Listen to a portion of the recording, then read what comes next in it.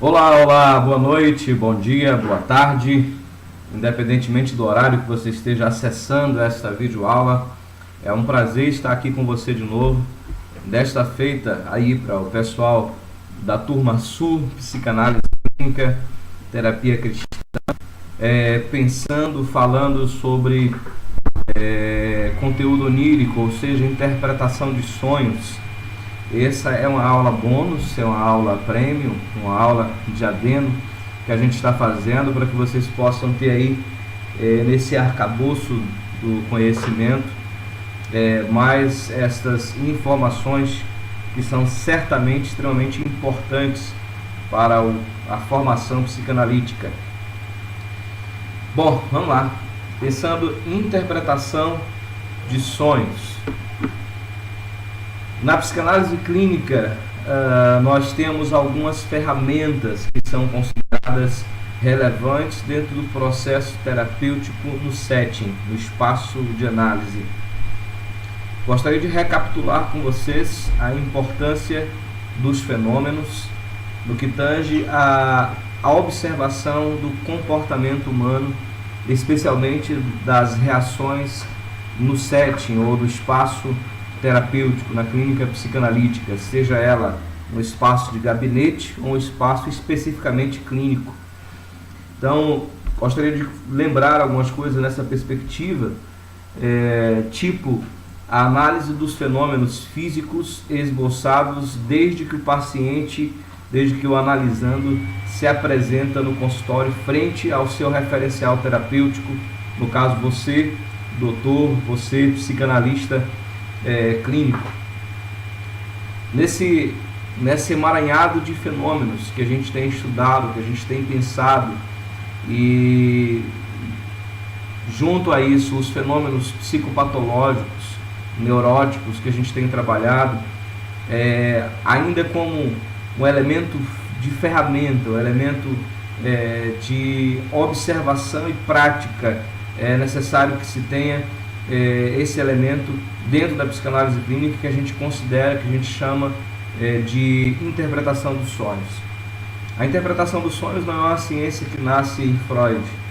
Essa ciência, ela nasce em Jung, na verdade. A ciência, como interpretação de sonhos, ela é junguiana. Nós temos esse Freud trabalhando alguns meandros da interpretação dos sonhos, mas nós temos em Jung esse mecanismo, essa ferramenta, não apenas como conceito, mas como ferramenta clínica, como instrumento clínico, como elemento de relevância para a terapia psicanalítica. Em Jung, a interpretação de sonhos tem um outro nome, recebe um outro nome, e é esse o nome que nós utilizamos dentro da psicanálise clínica, que é conteúdo onírico. Você precisa lembrar dessa terminologia, pois ela é uma terminologia técnica. Interpretação dos sonhos, essa nomenclatura, essa terminologia é encontrada em várias correntes, em várias linhas, e não apenas terapêuticas, mas também místicas. Mas com o conteúdo onírico, ela nasce com essa nomenclatura, com essa roupagem, especificamente na elaboração científica de Jung.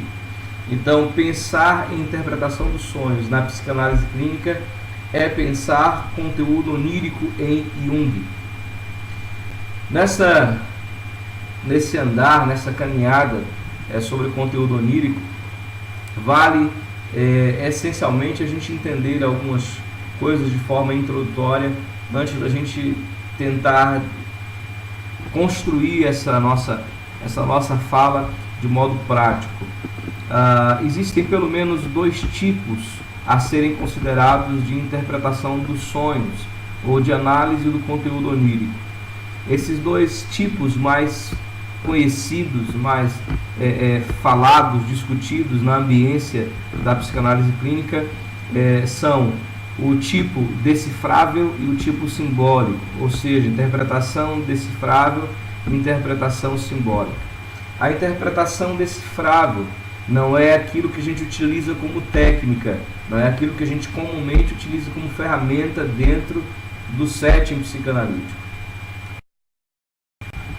a terapia ou a interpretação dos sonhos nessa perspectiva da decifração, ela é utilizada em algumas religiões e algumas correntes místicas, porque elas estão relacionadas especificamente a significados de imagens, a significados de símbolos que são apresentados pelos pacientes nos seus sonhos. A gente, na psicanálise clínica, trabalha como ferramenta terapêutica a interpretação simbólica e não a interpretação decifrável, porque a gente não pode utilizar o significado de um objeto de uma cultura para qualquer outra cultura.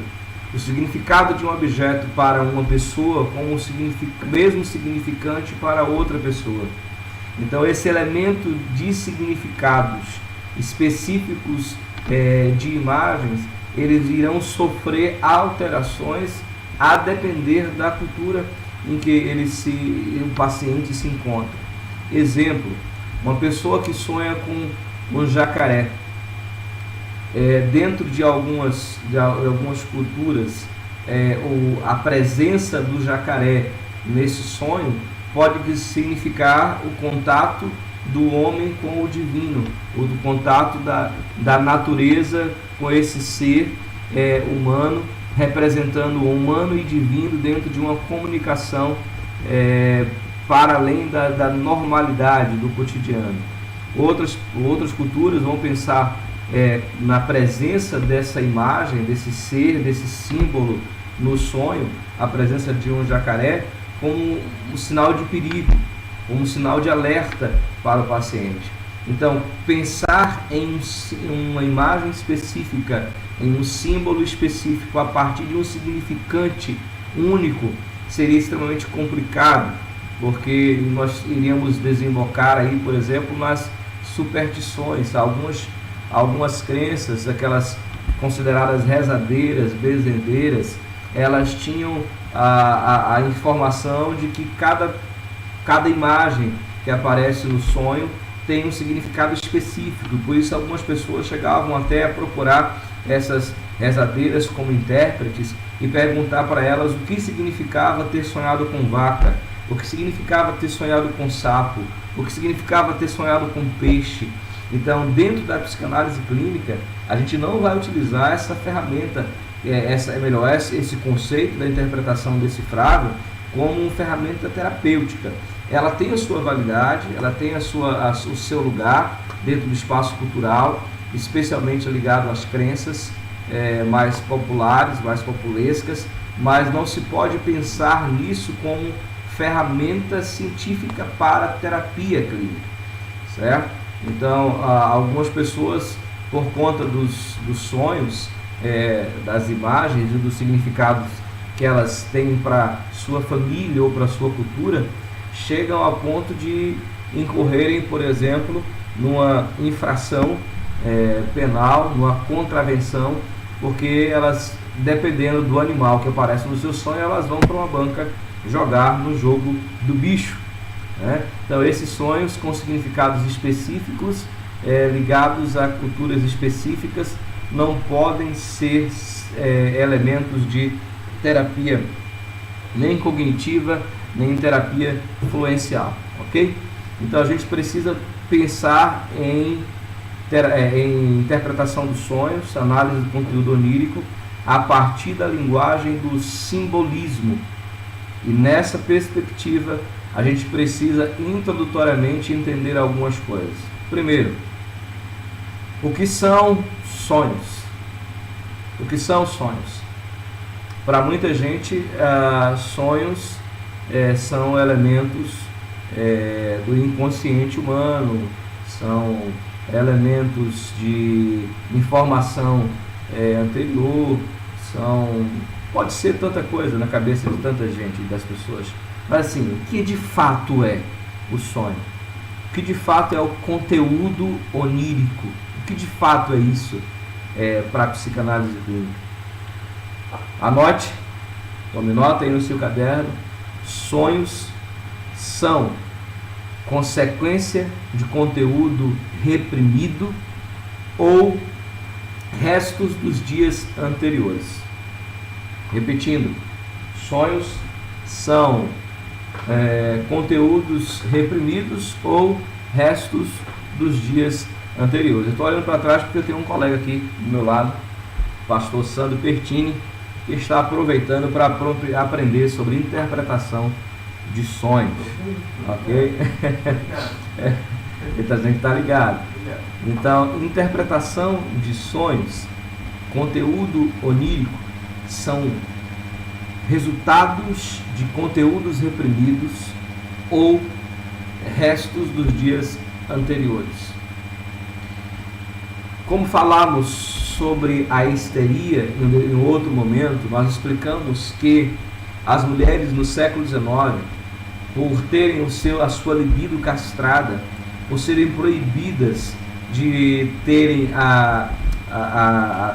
o orgasmo, de terem como perceptíveis o seu prazer, muitas mulheres elas acabavam retendo essa informação do desejo, elas acabavam enclausurando esse sentimento e essa força, esse fogo da alma que todo ser tem, e por conta desse enclausuramento, desse encapsulamento, dessa retração de emoções e de sentimentos, ela acabava psicossomando. Freud chamava de retração do impulso. À medida que o nosso impulso tenta nos levar para algum lugar, ou seja, o nosso impulso, pensa impulso como motivador das nossas reações carnais, pense como impulso como sendo desejo pelo sexo, como sendo desejo pelo prazer. Pense no impulso nessa direção, nessa dimensão. Essa retração do impulso produzia psicossoma, ou seja, fazia com que o indivíduo em estado de retração colocasse esse elemento, esses sentimentos, essas sensações, esses desejos para fora de alguma maneira. Essa forma de expurgar esse sentimento, de expurgar esse impulso, ela podia ser tranquila, poderia ser suave, poderia ser dentro da atmosfera da normalidade, ou ela podia ser dentro de uma atmosfera que fosse considerada para muitos como loucura, como por exemplo a histeria de conversão. Muitas mulheres elas começavam a desenvolver o fenômeno da histeria de conversão, onde elas reagiam de maneira que ninguém entendia e chegavam até a pensar que elas estavam possuídas por demônios, porque elas estavam reagindo com força, com uma veemência, com a intensidade, com reações dirigidas ao pai, à mãe, à família, que não eram comuns dessa pessoa. E essas reações bruscas pareciam identificá-la diante dos outros como sendo alguém que sofria naquele momento de uma possessão espiritual, de uma possessão demoníaca, quando na verdade, nesses casos especificamente, nós tínhamos a histeria de conversão, que era o impulso convertendo-se para psicossoma, ou seja, para reações do seu próprio corpo. Conteúdos retraídos produziam reações psicossomáticas. Hoje, dentro de uma cultura como a nossa, ocidental, mais aberta, diria até aberta demais, as pessoas elas psicossomam de forma diferente. Uma das maneiras delas colocarem os impulsos para fora quando eles são retraídos, quando eles são castrados, quando elas são punidas por esboçar qualquer sentimento nessa direção da libido. Uma das maneiras de fazer isso é sonhando. Pense, por exemplo, no jovem que vai para uma igreja evangélica, ele se converte nessa igreja evangélica. Na igreja evangélica ele aprende que não pode praticar sexo antes do casamento, e ele já está com 18 anos, com 20 anos, com 22 anos, e ele não pode praticar sexo. Ele é ensinado que ele não pode se masturbar, e todo desejo, todo impulso sexual, a libido desse jovem é retraída, oprimida, castrada, blindada, proibida. Algumas válvulas de escape acabam surgindo como elemento psicossomático, ou seja, de sublimação desses impulsos, como por exemplo a poluição noturna, que é uma pessoa que nesse estado, onde ela não pratica sexo, onde ela não se masturba, ela não coloca para fora o impulso da sexualidade que produz paixão, prazer, vontade exacerbada pelo sexo.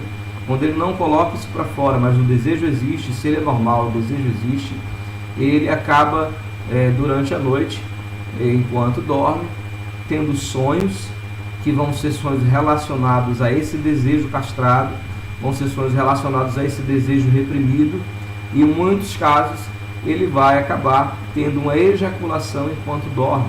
Vai acordar normalmente no período da ejaculação, porque aquele líquido acaba provocando esse despertar do seu sono.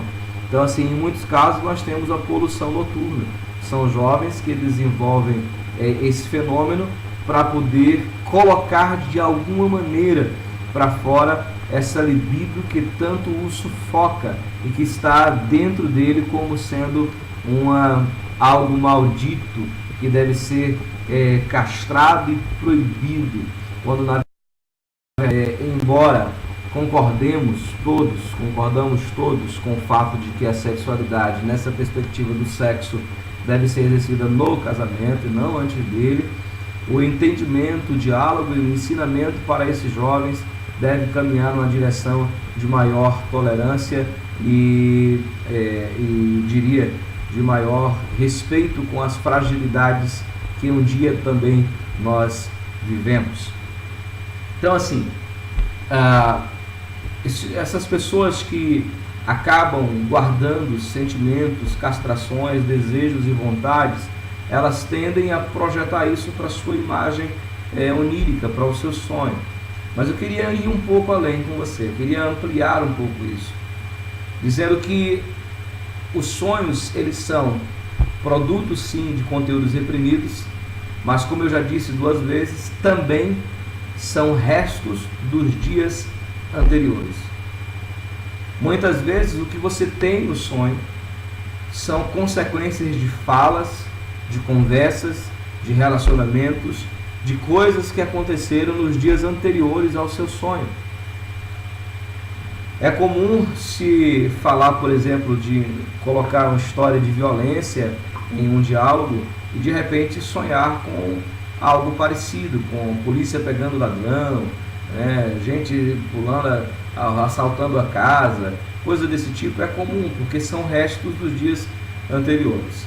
Muitas vezes as pessoas elas não conseguem entender claramente os seus sonhos, porque existe no sonho elementos que são produto de retração, produto de castração sexual ou emocional, frustração de relacionamentos, e outros que são consequência de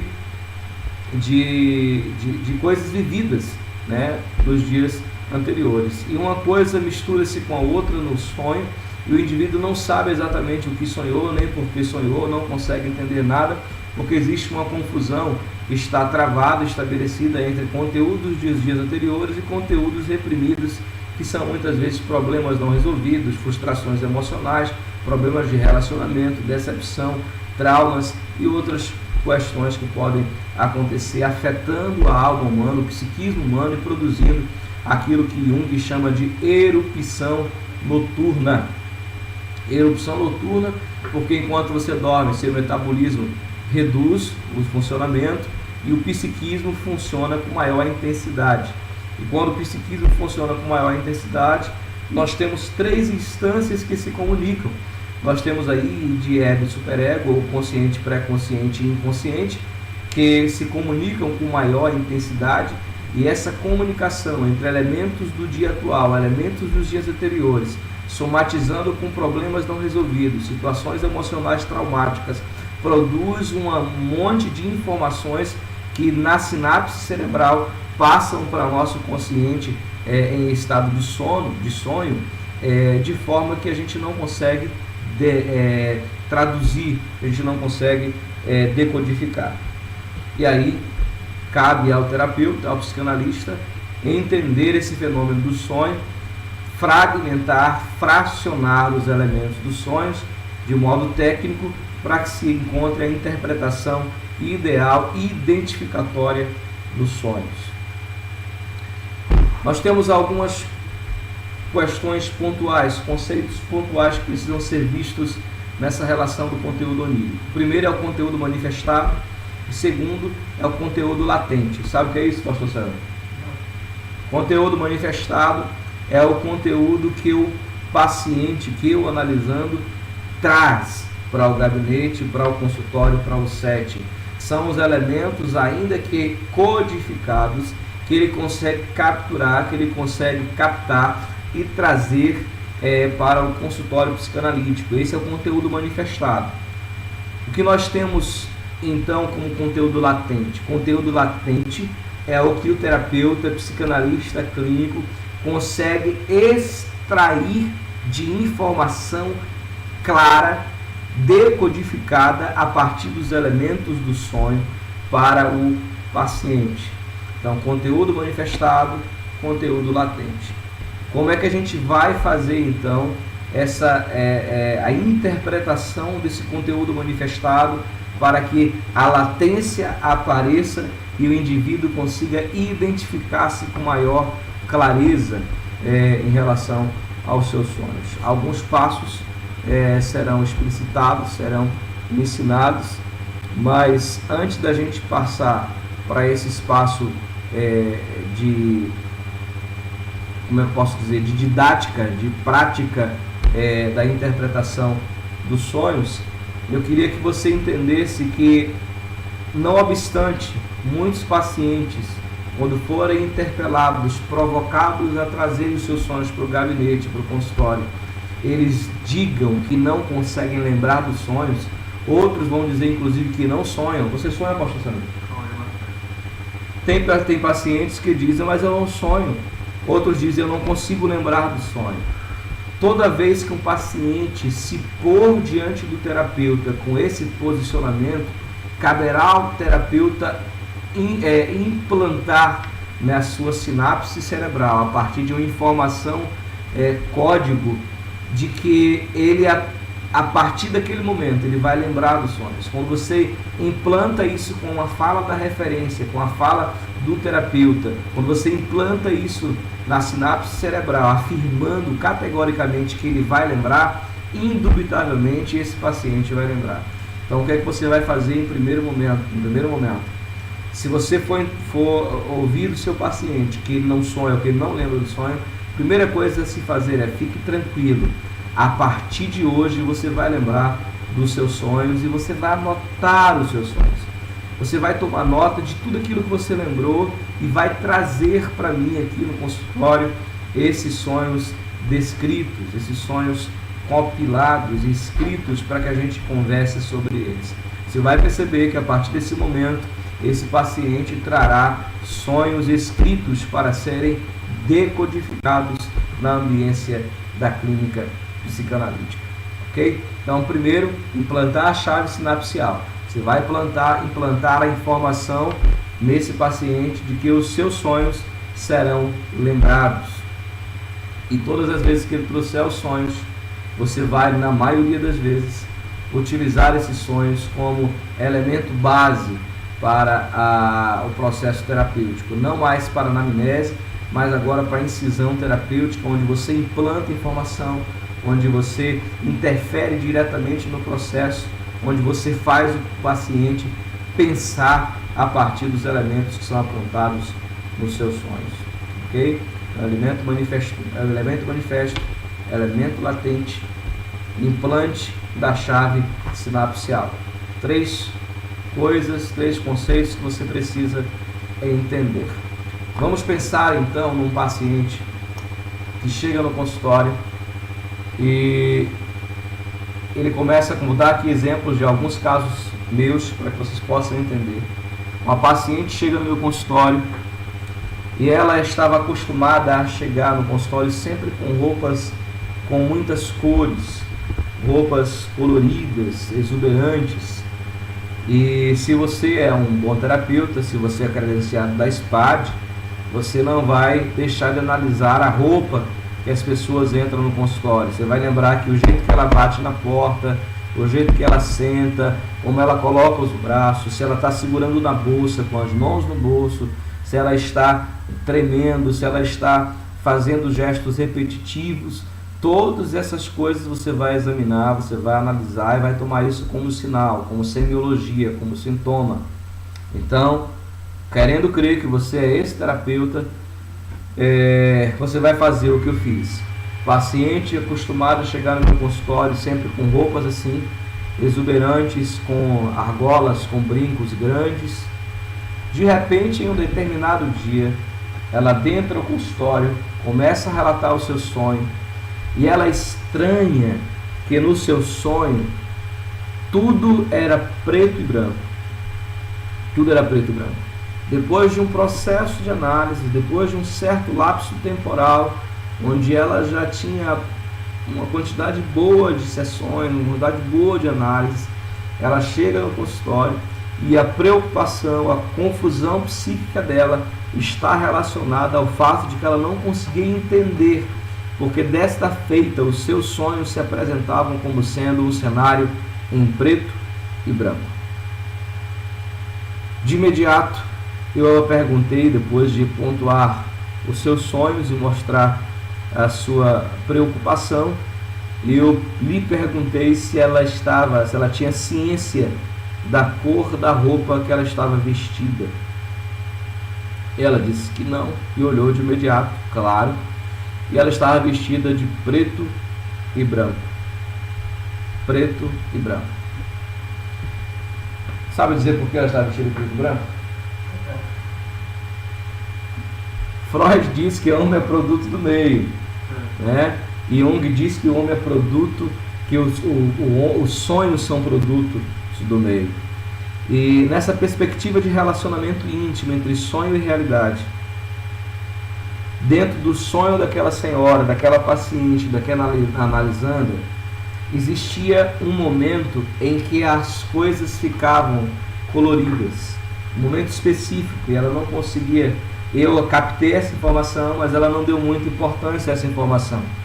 Ela disse que havia um navio e de repente ela percebeu, era tudo preto e branco, mas alguém pegava uns sacos de dentro daquele navio e furtava as coisas das pessoas, e tinha muitas coisas naquele saco, e aquela pessoa que furtava tinha cores diferentes do cenário geral.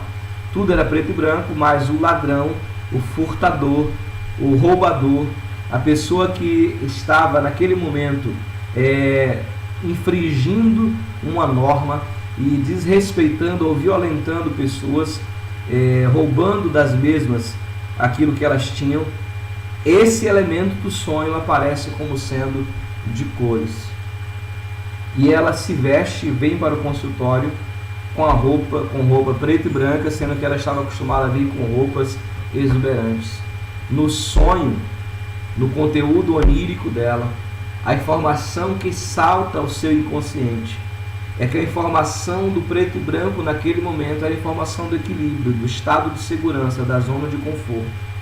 As cores que no seu sonho se apresentaram com vida, com força, eram cores que estavam relacionadas a perigo, a medo, a risco, a roubo, a coisas negativas. E como a sua mente, fazendo análise do contexto do sonho, captura a informação de que no cenário preto e branco havia equilíbrio, ela naturalmente, mas inconscientemente, se veste de preto e branco, porque ela se veste a partir da ideia que o sonho lhe saltou, lhe trouxe, que era a ideia de segurança. Naquele momento nós tínhamos uma pessoa que fugia de um estado aparente de medo, de um fenômeno aparente de medo, e aí nesse momento nós começamos a conversar com ela sobre o elemento do sonho, a relação do elemento furtivo, a relação do elemento infrator do sonho com aquilo que na sua vida era elemento de risco, elemento de perigo, que assustava, que desequilibrava, que desestabilizava a sua alma. E a gente foi parar exatamente em um problema de relacionamento que ela tinha com um ex-marido, que naquele momento, naqueles dias, naquele espaço de tempo que ela estava vivendo, a ambiência em que ela sonhou, lhe trazia muita instabilidade, muita insegurança. E o que é importante no sonho não é a cor, mas o fato de que algo se destacou no seu sonho, algo apareceu distinto no seu sonho, e esse ser distinto, esse elemento distinto da realidade, provocou tanta perturbação na sua alma, que ela, na sua realidade, fora do sonho, ela se veste de forma protetiva, de forma a fugir do seu objeto do medo, a fugir da sua zona de perigo. E aí a gente conversando começa a perceber que ela estava tentando o máximo evitar o encontro com o seu ex-marido, evitar o diálogo, evitar a conversa. Ela fugia o tempo inteiro daquilo porque ela tinha medo do confronto. Aquilo representava para ela grande ameaça, trazia muitas dores, trazia muitas lembranças, e ela fugia disso, não conseguia romper com esse estado, e isso era tão incomodativo que os seus sonhos passaram a representar essa realidade de fuga e ausência de enfrentamento. Deu para entender, meu professor? Deu para entender? Deu para entender? Beleza. Então se liga, fica atento. Essa mesma paciente, certa feita ela estava deitada no divã e eu conversava com ela. De repente eu fiz uma pergunta sobre aquilo que no momento lhe representava medo para ela. Eu pedi que ela citasse 3 coisas, se existissem, das quais ela tinha medo. E ela ia falando, mas eu percebi que a sua mão, todas as vezes que ela falava de medo, de angústia ou de sofrimento, uma das suas mãos passava pela sua barriga, ela segurava a sua barriga. E aí eu fiz o teste para saber se a sintomatologia psicossomática de pegar na barriga era consequência de fato de um problema psicoemocional, ou seja, de um problema de dor, um problema que trazia angústia. Eu comecei a pedir que ela falasse sobre coisas boas. Todas as vezes que ela falava sobre coisas boas, ela conseguia falar sem pegar na barriga, mas todas as vezes que o coração e a alma dela era remetida para coisas de sofrimento, para representações de dor, ela tocava na barriga. De imediato, eu fiz uma pergunta para ela ao perceber essa relação. Eu fiz uma pergunta incisiva para ela, dizendo: quando a senhora abortou? Quando eu fiz essa pergunta, ela nunca tinha me falado sobre aborto, nunca tinha me falado nada sobre isso. Quando eu fiz essa pergunta, ela começou a chorar e ela disse: como o senhor sabe que eu abortei? Eu disse: porque todas as vezes que a senhora fala de angústia, de sofrimento, todas as vezes que a senhora traz uma informação de dor, a sua mão passeia sobre a sua barriga, como se acariciasse o inexistente. A psicossoma evidenciava um problema da alma que certamente seria produto de vários sonhos. E quando a gente conhece elementos de angústia que estão sendo produzidos, que estão sendo trazidos no gabinete, no consultório, a gente tem elementos para associar o conteúdo onírico, para associar aquilo que ela sonha. É isso que se faz normalmente com o paciente. Quando ele traz o sonho, normalmente o todo é confuso, porque nem tudo no sonho é elemento de relevância, mas sim, às vezes, apenas de uma confusão de realidade e conteúdo onírico. Fragmenta com o paciente os sonhos. Quando você fragmenta, vai cortando elemento por elemento, imagem por imagem, e você pergunta para esse paciente o que aquilo representa para ele, quando você fraciona, ele consegue identificar isso na sua realidade. Ele consegue identificar os fracionamentos, os elementos particionados do sonho com a sua realidade, com problemas do seu passado, com problemas do seu presente. Quando você fraciona e pergunta para ele a significação para ele, ele consegue associar. Quando ele não consegue, cabe ao terapeuta fazer determinadas associações, porque lembre-se, antes da interpretação do sonho, você já fez anamnese. Se você fez anamnese, você já fez a análise do histórico relacional dessa pessoa, com a família, com o namorado, o esposo, o noivo, seja lá com o que for, você já fez essa análise. Então você vai pegar esse conteúdo da anamnese, vai somar o conteúdo da anamnese com o conteúdo do sonho, vai confrontar um com o outro, levar para que ela traga a informação. Se ela não conseguir trazer, cabe a você fazer esse relacionamento, essa associação entre elementos que foram anotados e elementos que foram pontuados, que apareceram nos sonhos dessa pessoa. Ok? Então, assim, em princípio, primeira postura do psicanalista na interpretação dos sonhos é fracionar os sonhos, é particionar, é colocar os sonhos em pequenas partes, ok? É fazer um quebra-cabeça desse sonho. E cada parte que você pega, você lança para ela e pergunta se aquilo traz alguma memória, se aquilo diz alguma coisa para esse paciente, se ela consegue se identificar com aquele elemento. Se ela não consegue, cabe a você guardar esse elemento e associar isso com a anamnese, associar isso com os elementos do histórico que esse paciente vai trazendo. Na minha experiência, sempre encontro nos sonhos desse paciente a relação clara com o seu histórico, a relação clara com a sua vivência, a relação clara com os problemas que ele está enfrentando. Isso sempre fica muito evidente.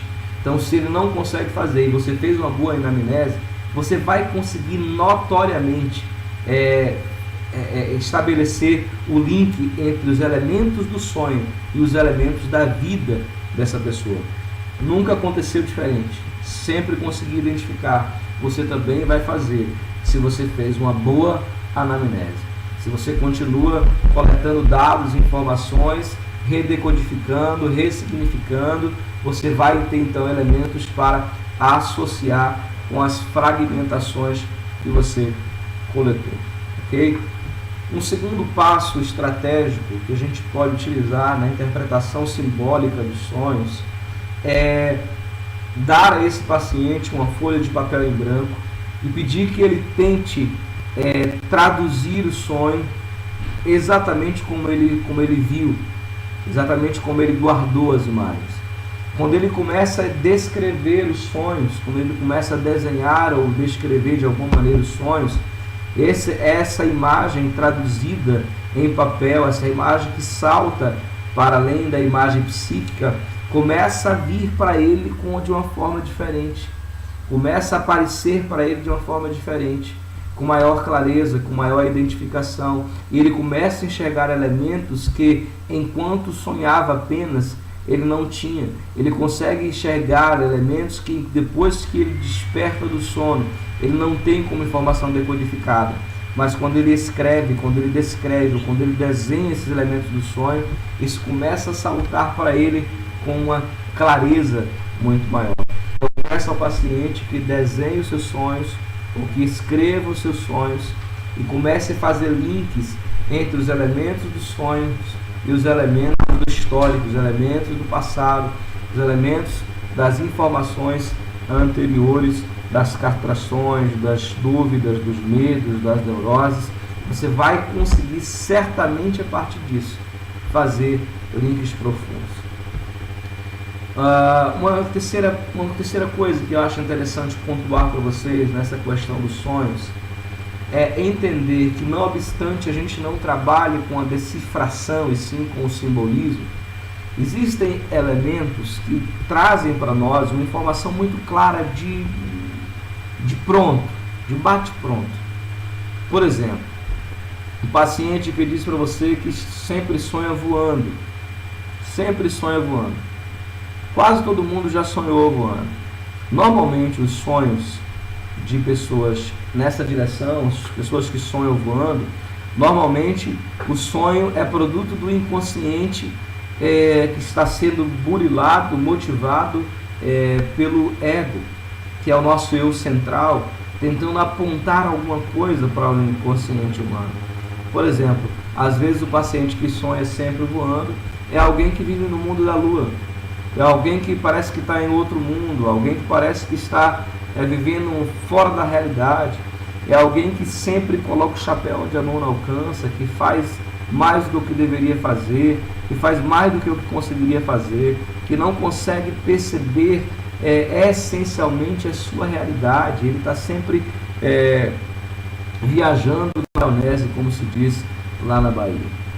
Então cabe muitas vezes, quando você já fez o análise desse paciente, tem o histórico desse paciente, dizer para ele que talvez o sonho dele esteja querendo informar, próprio ego, próprio eu central, esteja querendo informá-lo de que ele precisa pisar mais no chão, que ele precisa pensar mais antes de fazer as coisas, que ele precisa ter mais paciência, que ele precisa ter mais tranquilidade, mais serenidade, mais equilíbrio, que ele precisa aterrissar.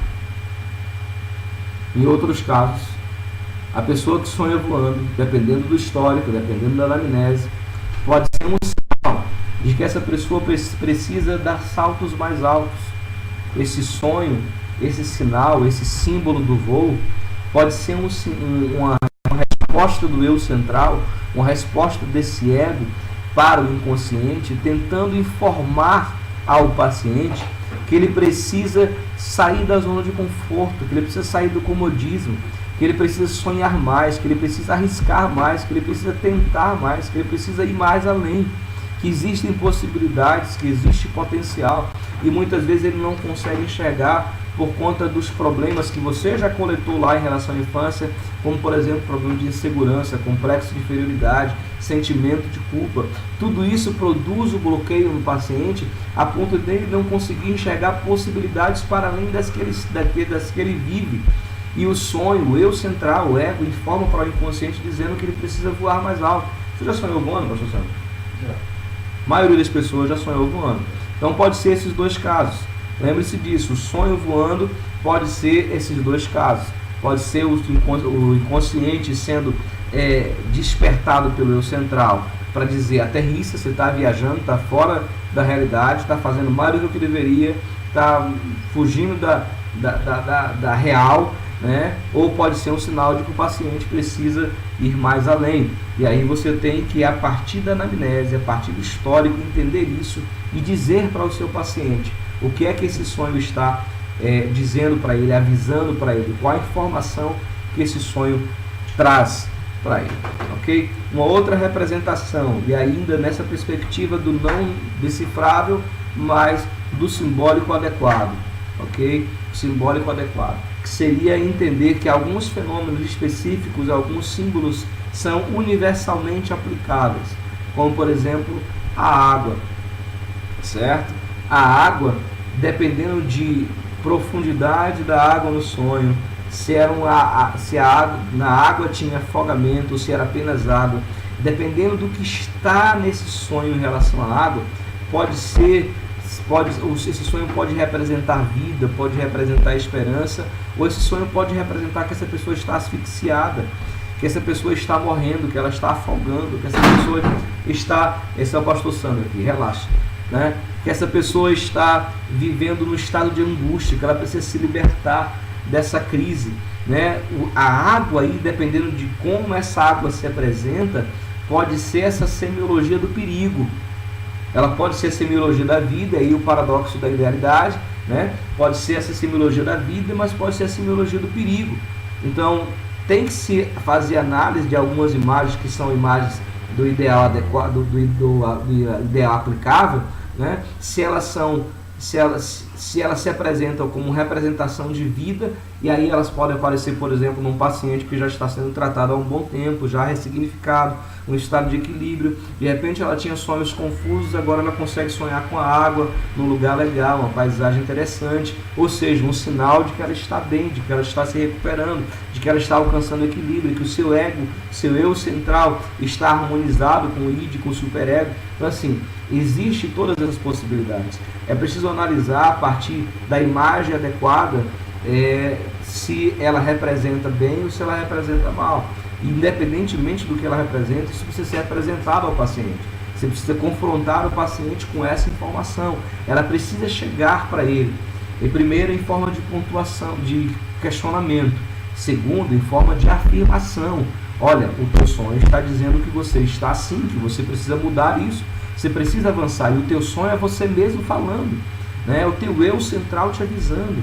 Então essa informação precisa chegar ao paciente, embora dentro da interpretação simbólica você tem que lembrar que alguns elementos com conotação, com denotação universal precisam ser aplicados dentro dessa realidade adequada, como nós explicamos, certo?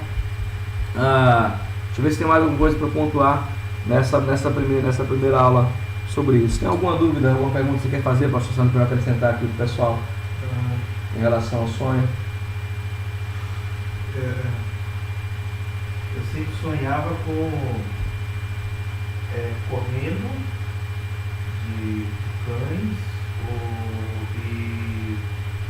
e nesse sonho minha perna era muito pesada e eu não conseguia correr. Ok. Com muito medo. Era uma coisa que eu não tinha força para poder correr. Como se eu quisesse correr e não conseguisse. Com que idade você sonhava?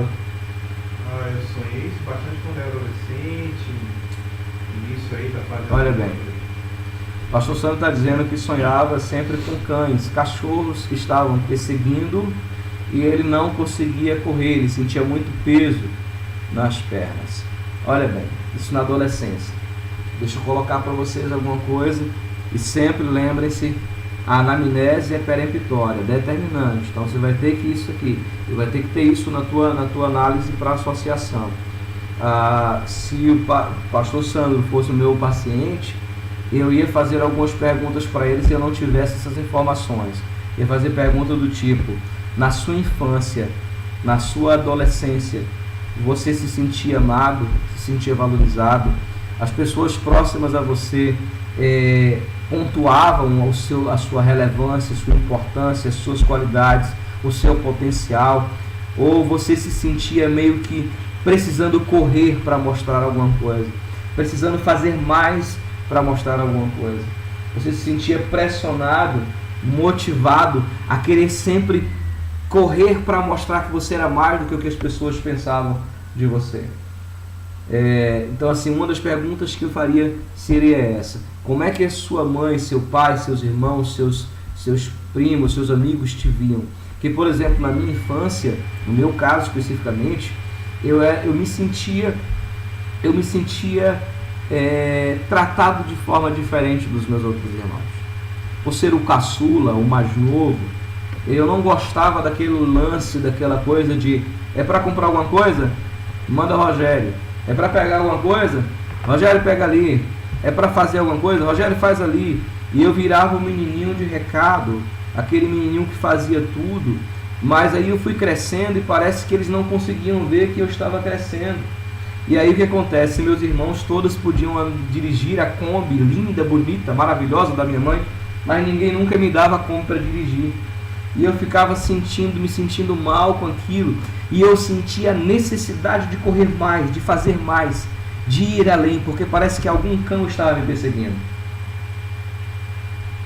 Você consegue se identificar com isso? Sim.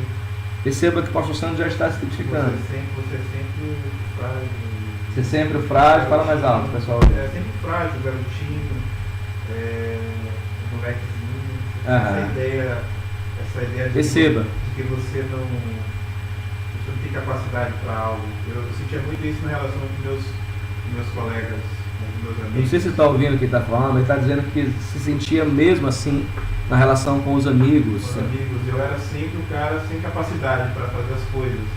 O que eles sentiam capacidade, eles podiam dirigir, eles podiam fazer negócios, eles podiam aspirar outras coisas. Ou seja, sempre tinha algum cão correndo atrás dele. Né? Ele sempre tinha alguém que estava querendo morder a sua sola, querendo morder o seu pé, e ele precisava correr para mostrar que ele podia, que ele era mais, mas ele não conseguia, porque a informação de que ele não podia exercia relevância, exercia poder sobre a mente dele. O fato das pessoas dizerem: você não pode, você não consegue, você é menino, tratarem desse jeito, fazia com que, embora ele quisesse não ser, ele acreditasse. ele tivesse medo de ir para frente, tivesse medo de evoluir, não acreditasse na possibilidade que seria diferente. E como ele não acreditava, ele sentia que não tinha forças. Seus sonhos diziam que ele não ia conseguir, que ele não tinha forças para avançar. Essa informação não era dele, essa informação era da família, dos amigos, dos colegas, que eram ditas ou verbalizadas ou nas ações, e ele acabava assimilando isso como verdade, acreditando nisso. E os seus sonhos mostravam exatamente o que ele estava sofrendo. Seu sonho dizia: olha, você está numa situação de perigo, porque tem sempre alguém atrás de você, querendo morder você, querendo pegar você, dizendo que você não pode, que você não consegue, você precisa correr para mostrar que você pode, mas você não pode, você não consegue. Os sonhos evidenciavam exatamente o que estava acontecendo, esse conflito entre querer e poder, esse conflito entre eu sou e o que dizem que eu sou. Esses sonhos eram um retrato dessa realidade dele.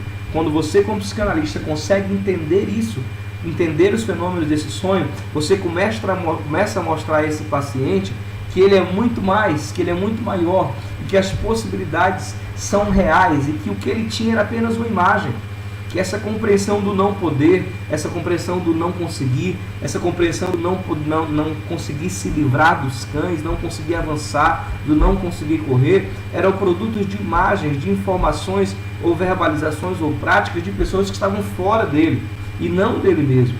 Ou seja, quando você consegue fazer essa diferença entre quem você é e quem dizem que você é, e você, com um referencial terapêutico, passa para o paciente quem de fato ele é e não quem disseram que ele é, ele começa a enxergar uma realidade que está para além dele, porque é também um outro ser fora dele que está dizendo para ele que ele é mais do que o que disseram antes.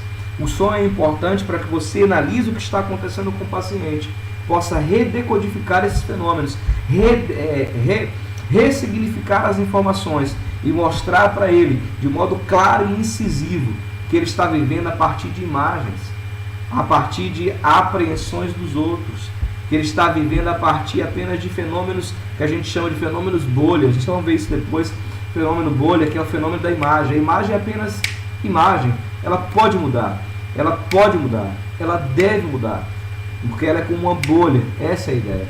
Então, muitas vezes você vive em função da imagem.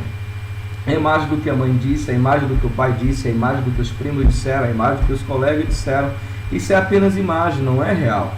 Porque se você confronta friamente a realidade do teu potencial com a realidade fora de você, você percebe, consegue até perceber que a informação é mentirosa, que a informação do teu passado não procede, mas você não consegue avançar, porque você aprendeu, você acreditou, você absolutizou o fato de que aquela informação de impotência era real.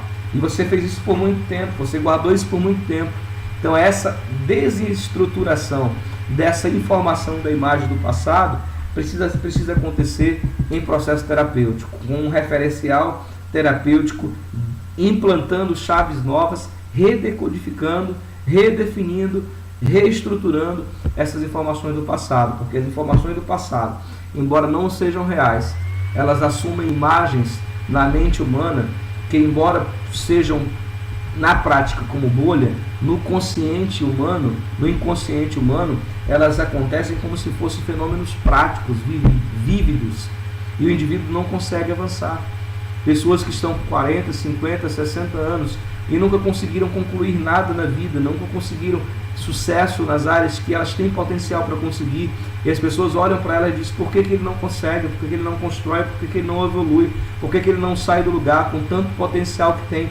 É porque existe uma imagem do passado que fez com que ele acreditasse nessa inverdade, e a desestruturação dessa imagem precisa acontecer de modo terapêutico, na redefinição, na redecodificação, na ressignificação terapêutica. Perceba, a partir desse exemplo aqui com o pastor Sandro, que os sonhos são retratos da vida, conteúdos de impotência reprimidos, conteúdos do impulso, ou são conteúdos de restos dos dias anteriores. Ok? Tranquilo? Eu acho que por hoje está legal, né? Tem muita coisa para a gente ver sobre sonhos ainda, mas eu acho que por hoje está legal. Vamos deixar por aqui para que vocês possam pensar, discutir, levantar questionamentos. É muito bom quando vocês levantam perguntas, aí abre a possibilidade de resposta e nos empolga para fazer isso. O pastor Sandro trouxe agora esse fato e nos deu condição de desenvolver sobre isso que foi pontuado. É bom quando você consegue trazer questões, sejam elas aí no grupo ou no privado, para que a gente possa, a partir disso, fazer outros links aí, ok? Fica na paz, um abraço, até a próxima aula.